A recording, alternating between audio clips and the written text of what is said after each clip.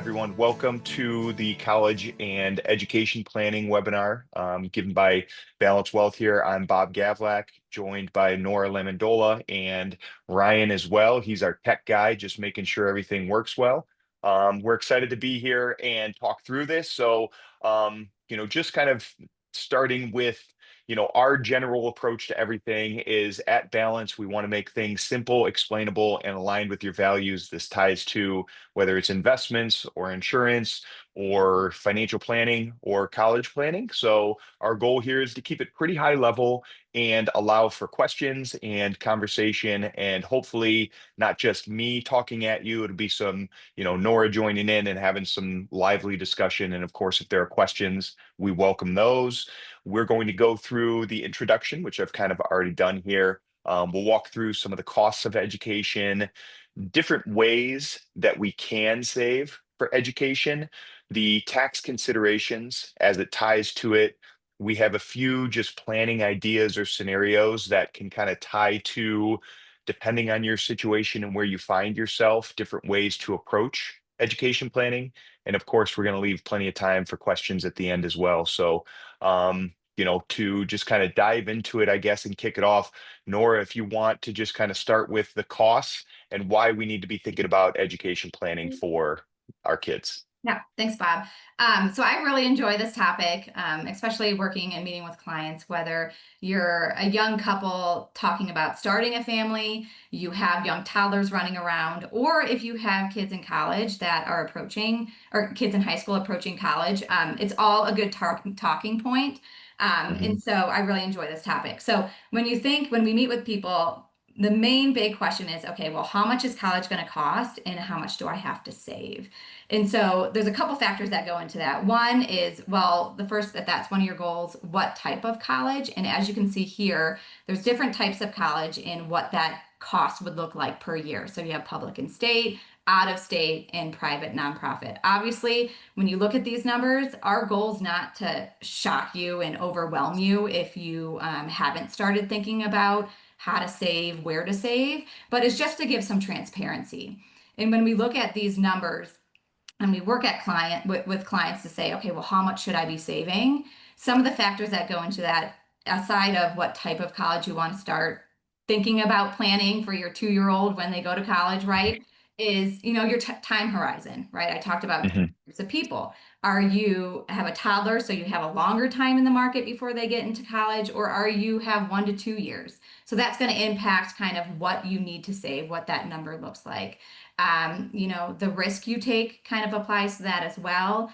Is your goal to, say for 2 years, 4 years of college, that's going to impact it. And one of the big things that Bob and I were kind of talking about this before is the rate of inflation. We all know the Fed's goal is about 2%. We're hitting around 2.4% right now. And then the rate of inflation for education. And we typically find that at a higher rate, 2, Mhm. 3, even 5%. And that fluctuates year over year.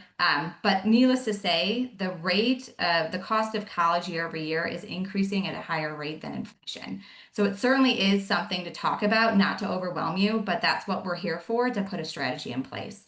And so again, when we meet with people, it's how much is college going to cost? How much do I have to start saving? And then where do I save? And so Yep. I'll kind of walk in through that. Well, and just to add to that, Nora, I think the thing to remember here is these are like all-in costs, and these are kind of based, on college, some of the research that we did, but this is tuition, room, board, all of that. And I don't think our goal should be that we want to save to pay for every dollar, right? It's just to help mitigate some of it because there could be scholarships, there could be grants, there could be all kinds of things. So what in addition to that can we do for different ways to save?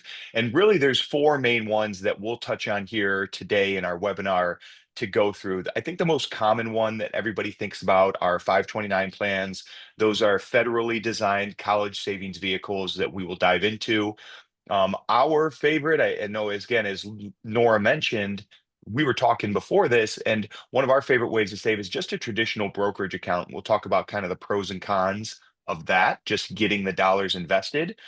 You can also use what are kind of designated, children's accounts, UTMA, UGMA. A lot of folks have used that, but we'll talk about how that fits in. And then life insurance can be something as well that both protects if something were to happen. So if I'm planning for my kids, if something happened to me and I, woke up on a cloud, the life insurance could help fund that. But also there's living benefits that we could talk about as well. But these are kind of the four main ones that we'll go through. And I think, Nora, what would be really helpful is just kind of us walking through this chart together and just kind of talking about, okay, how does a 529 plan work? The benefits, flexibility, impact on financial aid. And so if you want to just start with the 529 plan, then we could just kind of bounce through some considerations as it comes to these different types. Yeah, absolutely. So 529 plan, it's really the kind of keyword or common thing. People are like, oh, I haven't started investing in a 529 plan. It's geared towards education. So that's why people kind of relate those two together.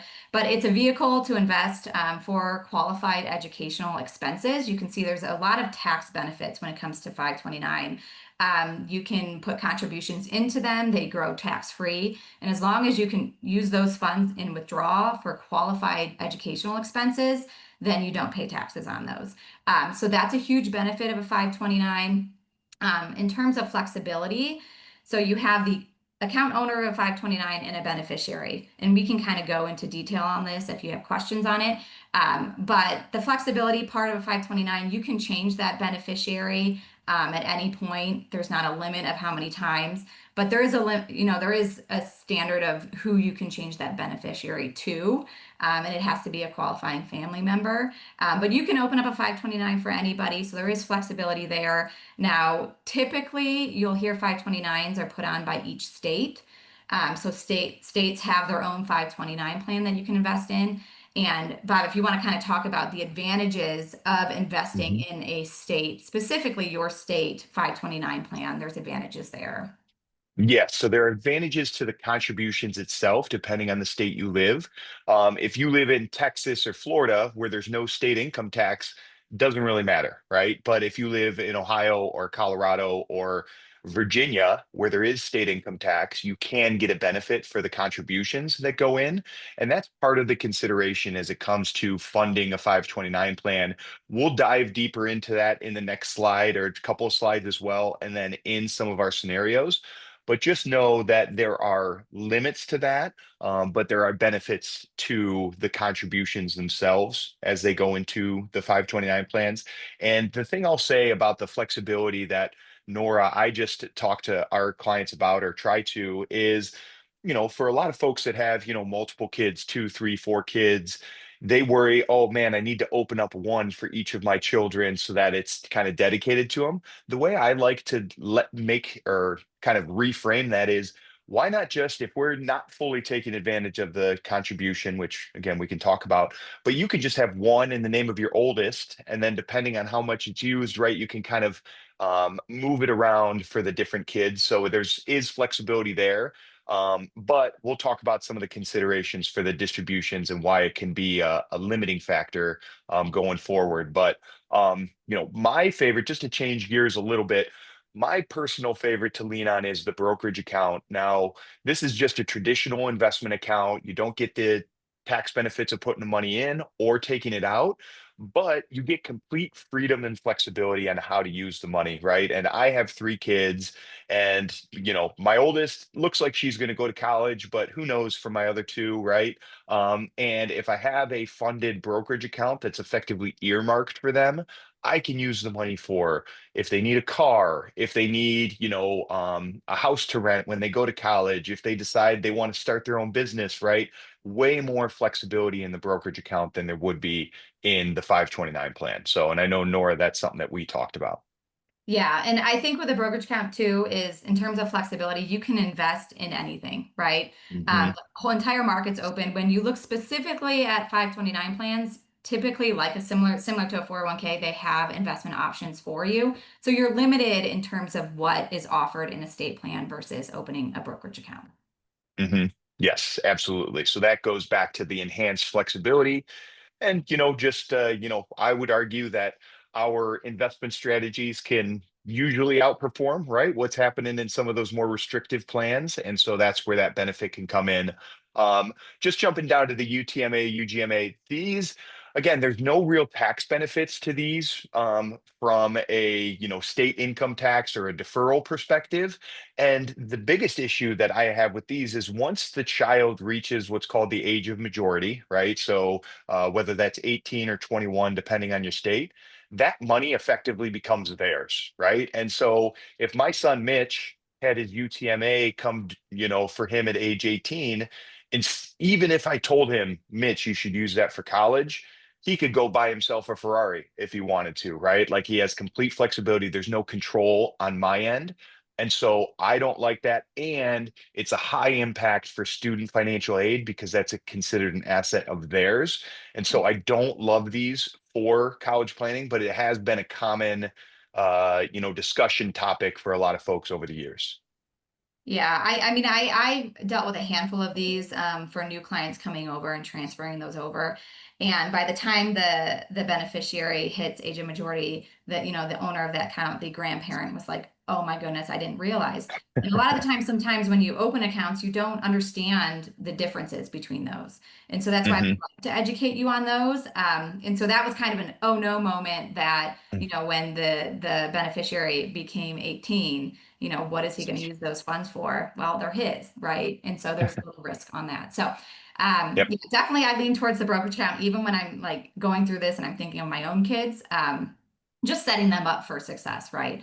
And Yep. then we'll kind of go down to life insurance. And here we kind of talk about really whole life, universal life. You can use the cash value, death benefit of the life insurance policy. I'm not a huge fan of the whole life, universal life.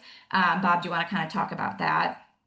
Yeah, and I don't disagree with you, Nora. I agree. It's not um, my favorite because it's higher cost. You're not getting kind of the dollar for dollar benefit that you get from either a 529 or a brokerage account or even a UTMA, UGMA.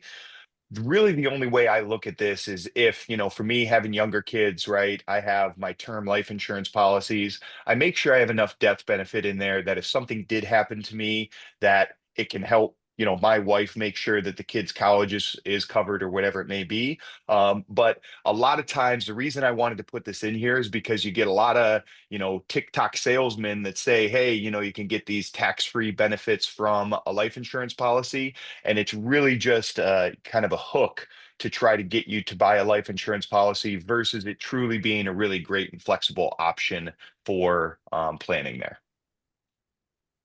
So, Ryan, any questions or anything before we flip over to some of the considerations for 529 plans? Yeah, we had one question come in about 529 plans. Someone asked if they're restricted to their own state's 529 plan or if they can use any state or how that works. Yeah, that's a great question. Nora, do you want to take it? Yeah, you are not restricted. You can invest in any 529 plan, state or not state funded. But like we kind of mentioned, there are tax benefits, and each state is different. And so when we look at clients, let's say, for example, in Ohio, if you open up Ohio 529 and invest 4,000, you can get a state tax deduction for that 5,000 per year per beneficiary. Now, where I'm at in Colorado, that number is much larger. And so when we work with clients, it's not a blanket, right? There are more advantages in investing in a 529 put on by the state that you reside. But again, you may live in Florida and Texas. And so you may look at, okay, are there costs in other states that for a 529 that, for the fees, is it better for me to invest there because I'm not getting a state tax deduction? So Mhm. to answer your question, typically, yes, there's advantages, but it just depends on where you live. Yes, yeah, that's exactly what I would have said there, Nora.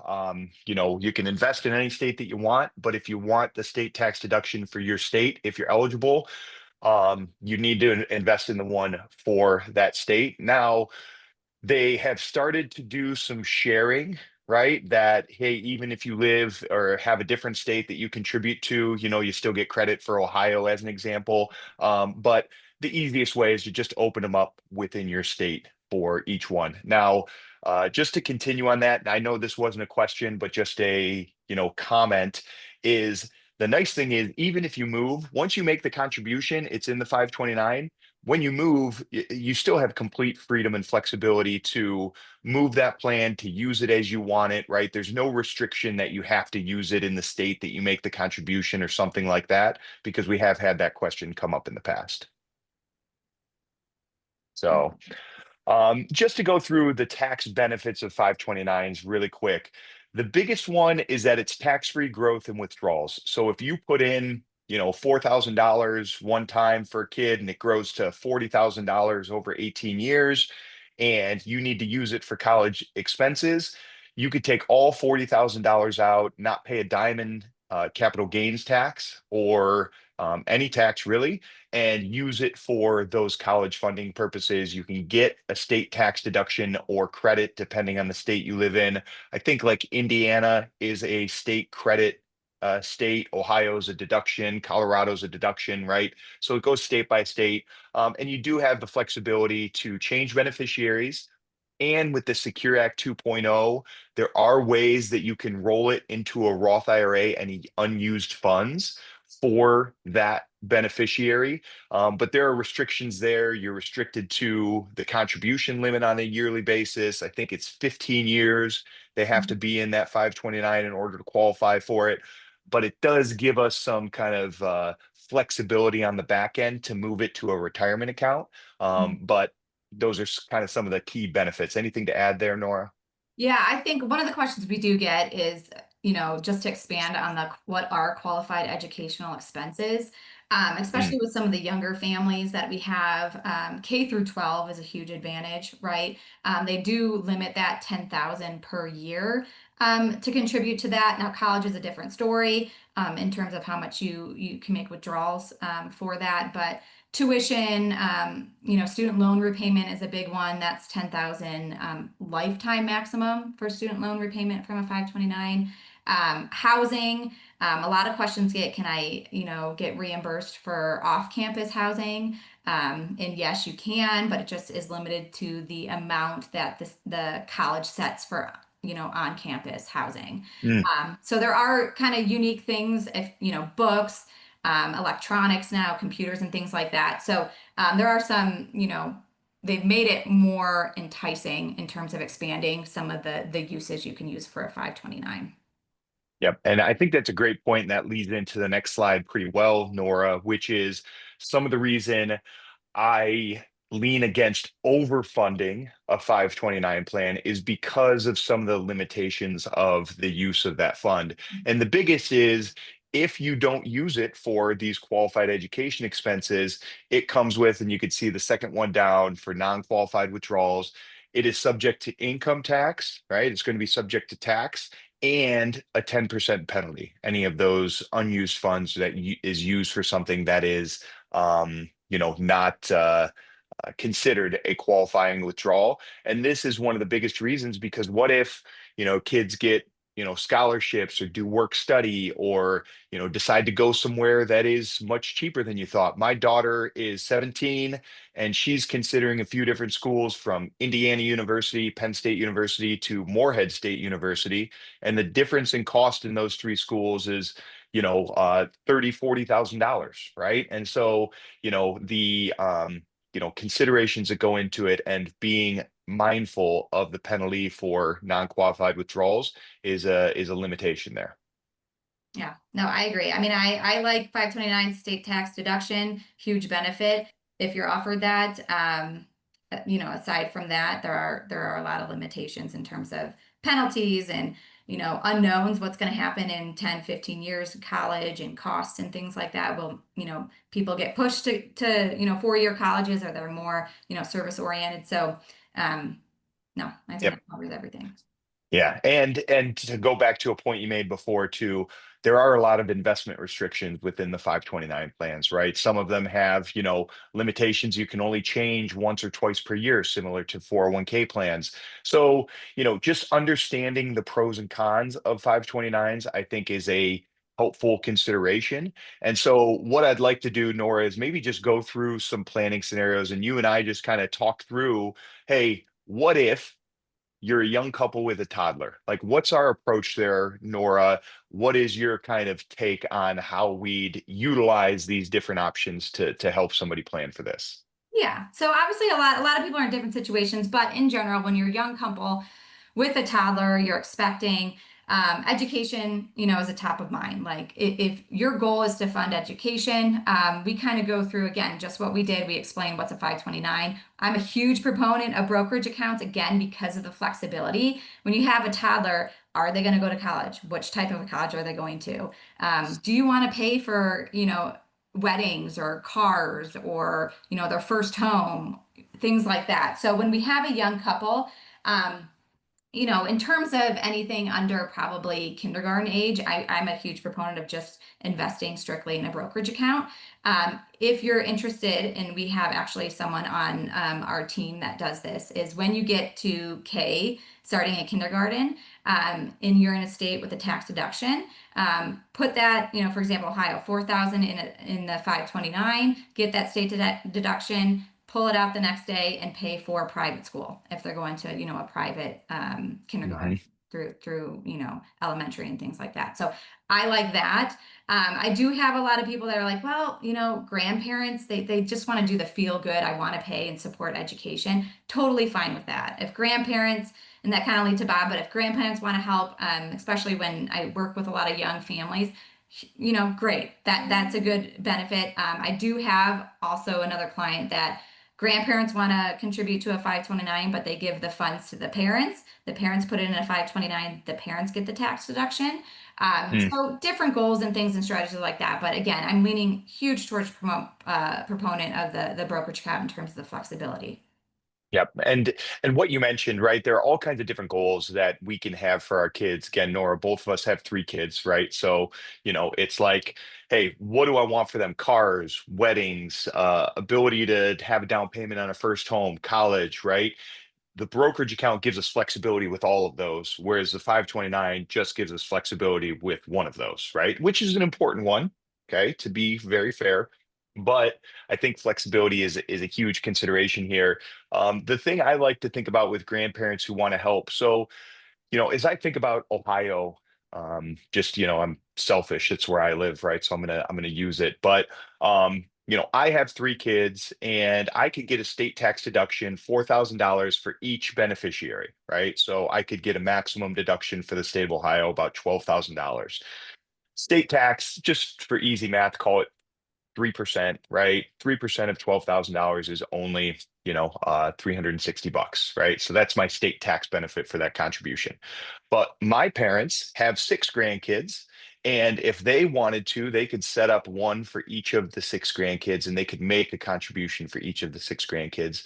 And they could expand that deduction even bigger, right? If they wanted to help. And so if we're like, that's one way that grandparents, you can kind of break it up instead of making big gifts or something, kind of in a different way. You can max out the per beneficiary deduction amount and start to move the needle a little bit on what you're actually getting from the state while still getting the same amount to work for the 529 plans for the grandkids. So, I like that one. And then, Nora, I know you had a question from a client that it falls into this situation. I fall into it too. I have a teenager starting in 1 to 2 years.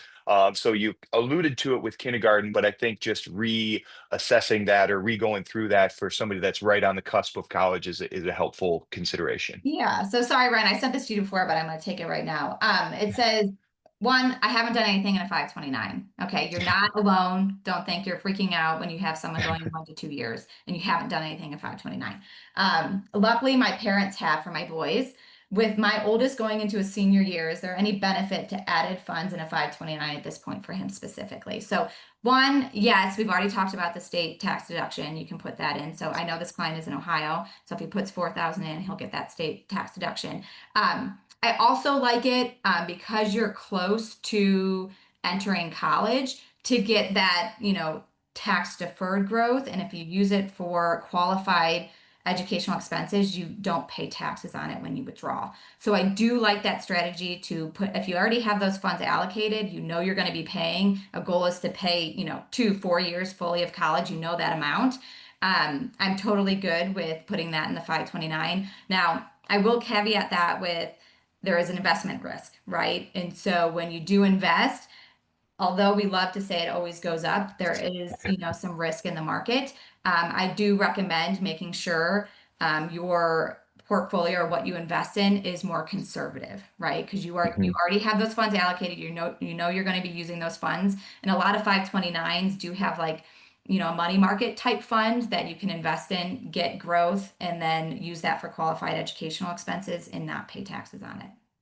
Yep.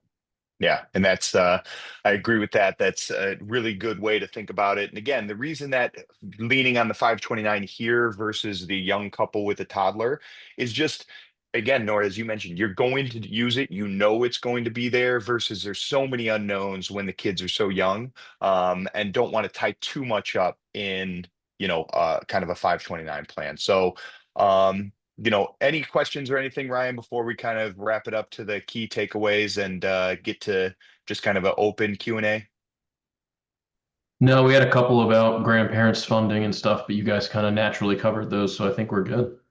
Okay, Well, I cool. think there was a second part, sorry, to that one question with if you have a senior or someone approaching college, is do I add the ones to my parents? So if you already have an existing, your grandparents already have an existing 529, you don't have one. Do you add to theirs Mm, or do you establish your own? And I think a lot of people can be kind of in that situation. Um, you you can do, any option. You can open multiple. Um, mhm, Again, you want to take advantage of what's offered in your state. So if your grandparents' 529 is in Ohio, Ohio is probably not a good example because you can invest in other 529s. So it is state specific. So for example, I'm going to take Colorado because I know it's not one of those states that you can invest in multiple and still take advantage. So if my parents had a 529 open for my children and they're out of Ohio, but I want to contribute and take advantage of the tax benefit, I would have to open a 529, a separate one in Colorado. Um, mhm. so kind of a long answer. It really depends on where you live, but we're happy to work through those with you and what that strategy looks like. But it depends on where you live and what your goals are in terms of taking advantage of the tax benefits. Yep. It's a really good point and a really good distinction there, Nora, that the state tax benefit comes from where the taxpayer that would be making the contribution comes from. So again, if even if I put myself in say I'm a grandparent, right, and I live in Colorado, even if my grandkids are in Ohio, I need to set up the Colorado plan if I want the tax benefit in the state of Colorado, right? So it's not where the beneficiaries live, not where the kids or the grandkids live. It's where you live as the taxpayer if you want to take advantage of that tax benefit. So thank you, Nora, for kind of driving home that distinction there. Okay. So just a quick key takeaways.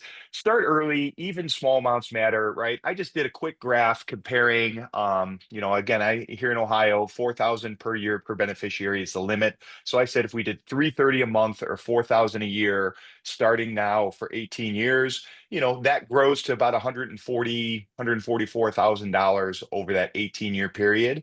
If we just wait until my kid's 8 to start doing it, and we do that same amount over that period of time, it only grows to 57,000, right? So it's like, and I think this is true whether it's retirement planning, education planning, anything. The earlier we save, the earlier we start to think about it, the more beneficial it can be. And again, then the consideration is what types of tax advantage accounts do we want to use, right? Do we want to use the brokerage? Do we want to use 529s?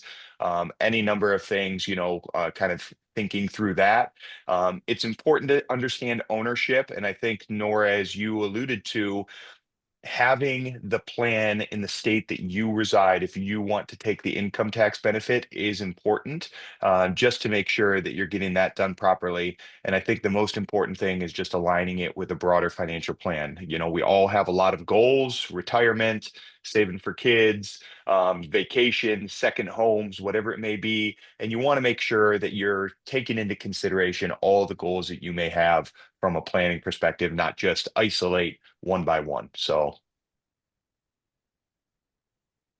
okay. Um, and then how we can help, and Nora, I'll let you take this one, right? Because you're much nicer than me, but how we can help, what do we share with our clients? Yeah, so if this is something that's a goal for you, if you don't know where to begin or how much to be saving, we can certainly run an analysis for you. And I love doing these, and I know a lot of people on our team love kind of the geeky numbers part of it. But like I kind of said at the beginning, when you kind of want to determine what you need to be saving and how much it's going to cost, we can run an analysis for you to show you, okay, do you have anything saved so far allocated towards if paying for education is your goal? How many years do you want to pay for? The risk that you'll need to take to achieve what that number looks like. We'll bake in all the inflation numbers. And so we can build out what you will need to start saving, on a monthly basis, what that looks like. And again, that's not to say this is what you need to be doing and overwhelm you. It's just to give you the information so you can make an educated decision on what's going to be best for your family, what your goals are. And so we can at least give some transparency to that. So I'm happy if that's a question, if you guys are just wondering what that looks like, happy to run that analysis for you. Yep. And I think any of our team members are happy to be there for you. And again, integrating it into your overall financial plan, whether you're already in retirement, you're in kind of the middle stage, or you're just starting out and thinking about, building the family and all of that. Any stage of life that you find yourself in, that's what we're here for. So, as we wrap up here this afternoon, Ryan, are there any other questions, anything that came in from the audience during this here that and I'll pause for a second to see if anything else comes through. Nothing else, not yet. We can give it a minute or two, but I have not seen any other questions come in. Okay. Well, yeah, Nora did such a good job explaining everything, right? I'm not surprised that there's, no more questions, but if there are more questions or if anybody else has anything that they want to ask or have us expand upon, as always, you can reach out to any of our team members here at Balance, whether it's me, Nora, Ryan, Sean, whoever it may be. We're happy to walk through an analysis and just help you think through what's the best way to help, whether it's you personally going back to school. I'll just bring this up quickly. Just talked with another client that she is going back to get her doctorate, and we're going to do some planning around just Nora, as you talked about, making a 529 contribution for her and then turning around and just paying for her doctorate with that, right? That they're getting the state tax deduction, but using that to pay for her doctorate. So whether it's you yourself going back to school, kids planning for that, or grandkids, we're here to help and happy to kind of help any step along the way. Yeah, real quick, one of the questions that I'm thinking through that when we meet with people, and you kind of brought that up, is the beneficiary doesn't have to be someone else. You can open a 529 plan for yourself and be the beneficiary. So, you know, post-secondary master schools, things like that, certainly that's something that you can consider as well. Yes, absolutely. Take advantage of it where you can. My big thing is I just don't want to overfund it, right? Like a lot of times people think they need to save each and every dollar for what the projected cost may be at some future point in time. I think there are a lot of ways that you can skin the cat, so to speak, when you get to college, whether it's loans, whether it's using other resources. And this can be loans both for yourself or for your kids, using other resources, using 529s, all that stuff. Whereas if we overfund it and don't save enough for retirement or our personal plan, that has an impact and you can't really take a loan for retirement, unfortunately. So, that's kind of the gist of why I don't like to overfund it, but happy to make sure we help you accomplish your goals and go through that. Before we wrap it up, I'm going to put our disclosure up here so that our compliance team is nice and happy that we leave this up for a certain period of time. Just want to make it clear that, this is all, just hypothetical, but we can, of course, tie this together and help you come up with a plan to make sure it ties into your plan. And as always, thank you for your time. We're excited to continue to be here for you, and let us know if there's anything else we can do. Thanks, Bob. This was fun. Thank you. It was fun. Thank you, Nora. You were awesome. Very much appreciate you being on. Ryan, thanks for holding down the fort from a tech perspective, and hopefully see you guys on the webinar next month.